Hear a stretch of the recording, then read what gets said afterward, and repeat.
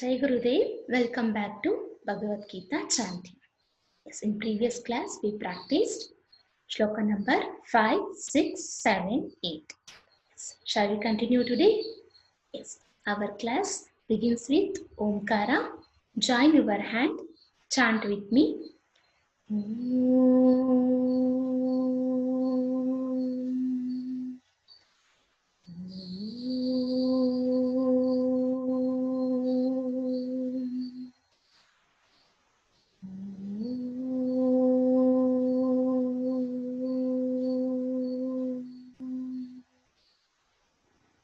Shall we start, student?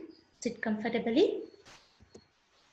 Shrimad Bhagavad Gita Dvitiyodhyayah Sankhya Yoga. Shloka number 9. Observe my pronunciation and then you have to repeat after me. Sanjaya Vacha. Repeat, children. Eva Muktva Rishikesham Gudakeshah Parantapa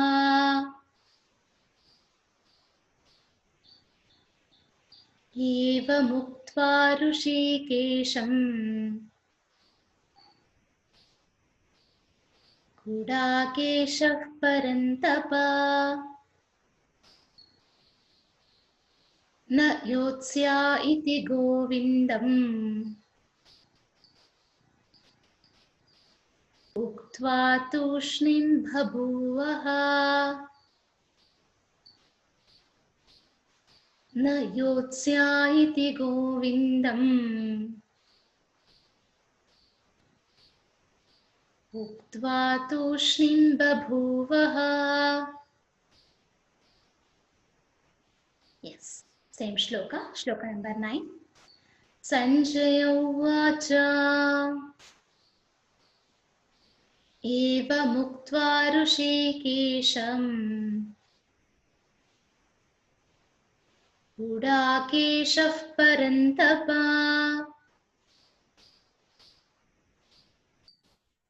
Na Yotsya iti Govindam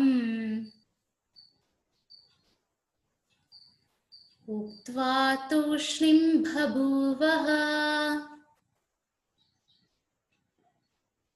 Good. Translation is like this. Sanjaya said to the Dhritarashtra, O king, after saying that Arjuna, the conqueror of the power of sleep, is none other than Arjuna, announced to the Lord Krishna that he would not fight in the battle and has fallen silent. ಕನ್ನಡದ ಅನುವಾದ ಹೀಗಿದೆ. ಶ್ರೀಕೃಷ್ಣನಲ್ಲಿ ನಿದ್ರೆಯನ್ನು ಜಯಿಸಿದಂಥವನು ಅಂದರೆ ಅರ್ಜುನ ಈಗ ಹೇಳ್ತಾನೆ, ನಾನು ಯುದ್ಧವನ್ನು ಮಾಡೋದಿಲ್ಲ ಅಂತ ಹೇಳ್ಬಿಟ್ಟು ಮೌನವನ್ನ ವಹಿಸ್ತಾನೆ. Shall we move to next ಶ್ಲೋಕ. ಶ್ಲೋಕ ನಂಬರ್ 10. ತಮುವಾಚ ಋಷಿಕೇಶಃ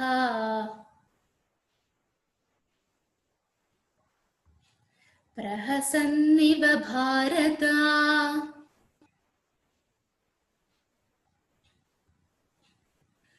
ತಮುವಾಚ ಋಷಿಕೇಶಃ ಪ್ರಹಸನ್ನಿವ ಭಾರತ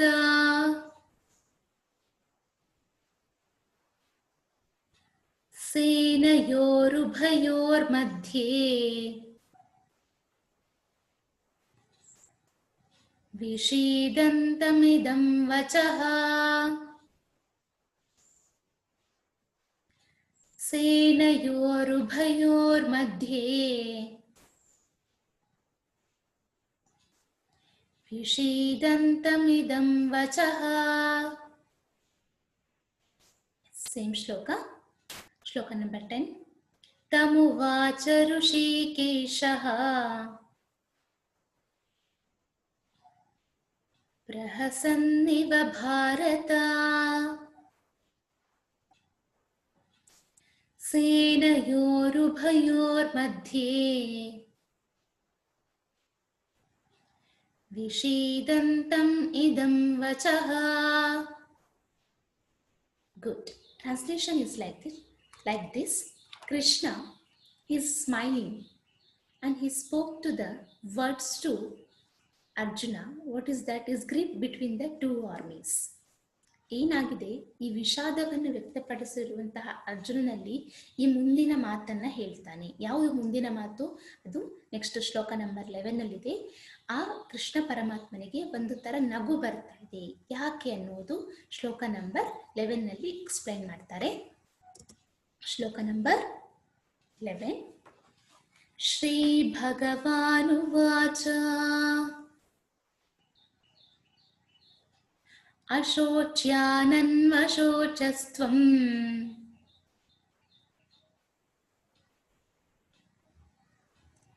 ಪ್ರಜ್ಞಾವಾದಾಂಶ್ಚ ಭಾಷಸೆ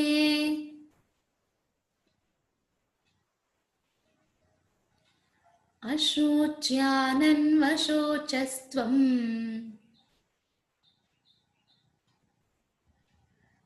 ಪ್ರಜ್ಞಾವಾದಂಶ್ಚ ಭಾಷಸೆ ಗತಾಸು ನ ಗತಾಸೂಂಶ್ಚ ನಾನುಶೋಚಂತಿ ಪಂಡಿತಾಃ. ಗತಾಸು ನ ಗತಾಸೂಂಶ್ಚ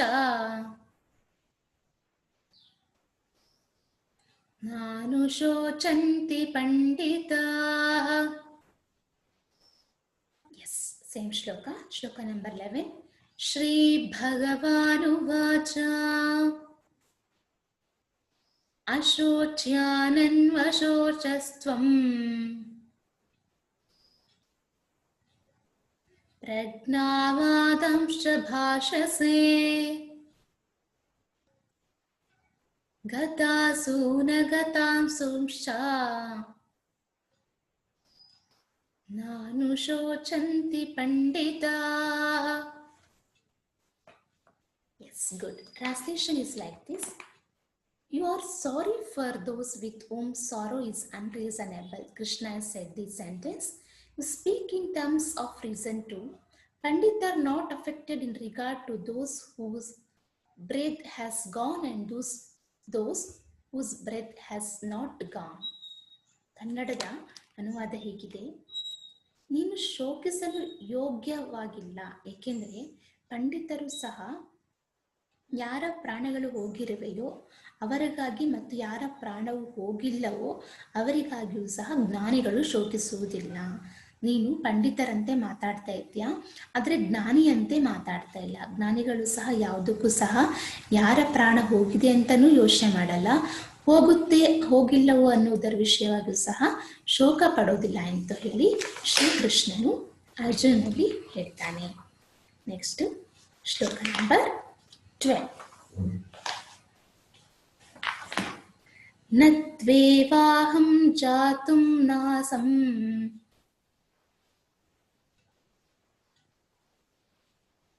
ನ ತ್ವಂ ನೇಮಿ ಜನಾಧಿಪಾಃ.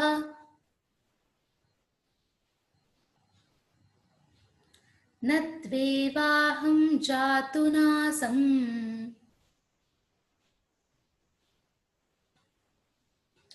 ನ ತ್ವಂ ನೇಮಿ ಜನಾಧಿಪಾಃ.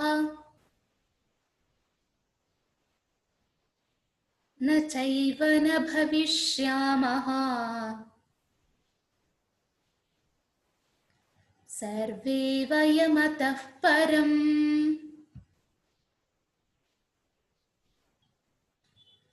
ಸೇಮ್ ಶ್ಲೋಕ. ಶ್ಲೋಕ ನಂಬರ್ 12. ನ ತ್ವೇವಾಹಂ ಜಾತು ನಾಸಂ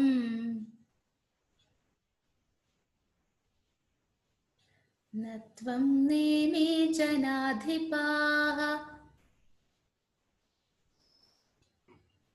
ನ ಚೈವ ನ ಭವಿಷ್ಯಾಮಃ ಸರ್ವೇ ವಯಮತಃ ಪರಂ. Translation is like this. In fact, the soul is immortal, immune to death. So, meaningless is grieving.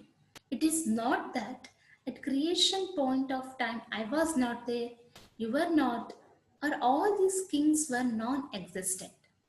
All were there, and even in future we shall exist. In other words, it is a cycle of birth and deaths. Translation is like this in Kannada. ಯಾವುದೇ ಕಾಲದಲ್ಲಿ ನಾನು ಇರಲಿಲ್ಲ ಎಂಬುದಿಲ್ಲ, ನೀನು ಮತ್ತು ಈ ರಾಜರುಗಳು ಇರಲಿಲ್ಲವೆಂಬ ಮಾತೂ ಇಲ್ಲ, ಮತ್ತು ಇದರ ನಂತರ ಭವಿಷ್ಯದಲ್ಲಿ ನಾನು ನೀನು ಈ ರಾಜರುಗಳೆಲ್ಲರೂ ಇರುವುದಿಲ್ಲವೆಂಬುದೇ ಇಲ್ಲ ಅನ್ನುವ ಮಾತನ್ನು ಶ್ರೀಕೃಷ್ಣನು ಅರ್ಜುನನಿಗೆ ಹೇಳುತ್ತಾನೆ. Yes understood. Today we practice shloka number 9, 10, 11, 12 of chapter 2 Sankhya Yoga. Yes, keep on practice students. We will meet in next session. Be safe, be healthy. Jai Gurudev.